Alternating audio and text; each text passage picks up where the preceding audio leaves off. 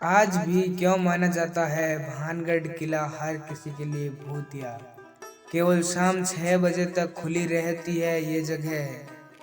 भानगढ़ किले को भूतिया बताने के पीछे कई रहस्यमयी कहानियां हैं। वैज्ञानिकों ने इन भूतिया कहानियों को खरीद कर दिया, लेकिन यहाँ के लोगों का कहना है कि यहाँ अजीब अजीब सी घटनाएं होती रहती हैं। भानगढ़ का किला भारत के सबसे भूतिया स्थान के नाम से जाना जाता है, और यह किला तभी शायद सबसे बड़ा अनसुलझा रहस्य बना हुआ है। रहस्यमय होने की वजह से यह जगह कई लोगों का ध्यान अपनी ओर खींचती है। यहाँ की भूतिया कहानियों का कारण काफी टूरिस्ट इसे अपनी ट्रेवलिंग लिस्ट में जरूर रखते हैं। इस जगह को लेकर कुछ जिज्ञासु यात्री यहाँ मौज मस्ती करने आते हैं, तो कुछ निराश होकर लौट जाते हैं, तो कुछ इन कहानियों को रहस्य में डूब जाते हैं। अगर आप भी इन यात्रियों में एक हैं तो जल्दी से इस किले में घूमने का प्लान जरूर बनाएं। अधिकांश लोगों का मानना है कि भानगढ़ किला भूतिया है और इसके अनेकों किस्से हैं।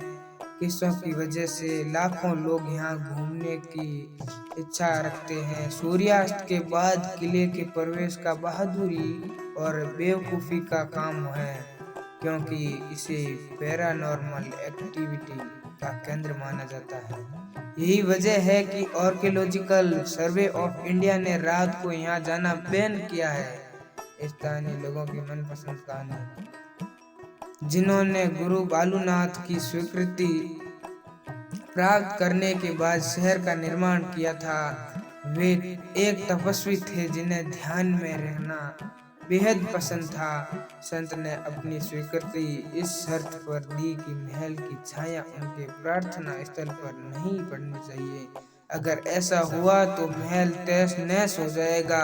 जब महल का निर्माण पूरा हुआ तो उसकी छाया संत के प्रार्थना स्थल पर पड़ गई और भानगढ़ उसी समय तहस नहस हो गया। संत के क्रोध को झेलने के बाद भानगढ़ दुर्ग एक श्रापित शहर में बदल गया और इसे फिर से नहीं बसाया जा सका, क्योंकि इसमें भी संरचना कभी भी जीवित रहने में कामयाब नहीं हुई। हैरानी की बात तो यह है कि बालूनाथ का तपस्या स्थल अभी भी खंडर अवस्था में देखा जा सकता है,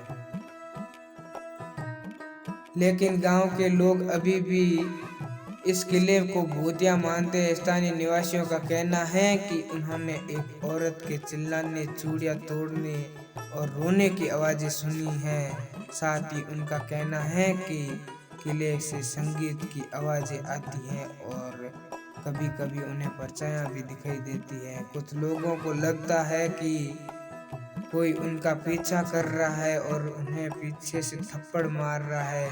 वहां से अजीब सी गंध भी आती है, ऐसा स्थानीय निवासियों का कहना है। इन्हीं कारणों की वजह से सूर्यास्त के बाद दरवाजे बंद हो जाते हैं और किले में एंट्री बिल्कुल बैन हो जाती है।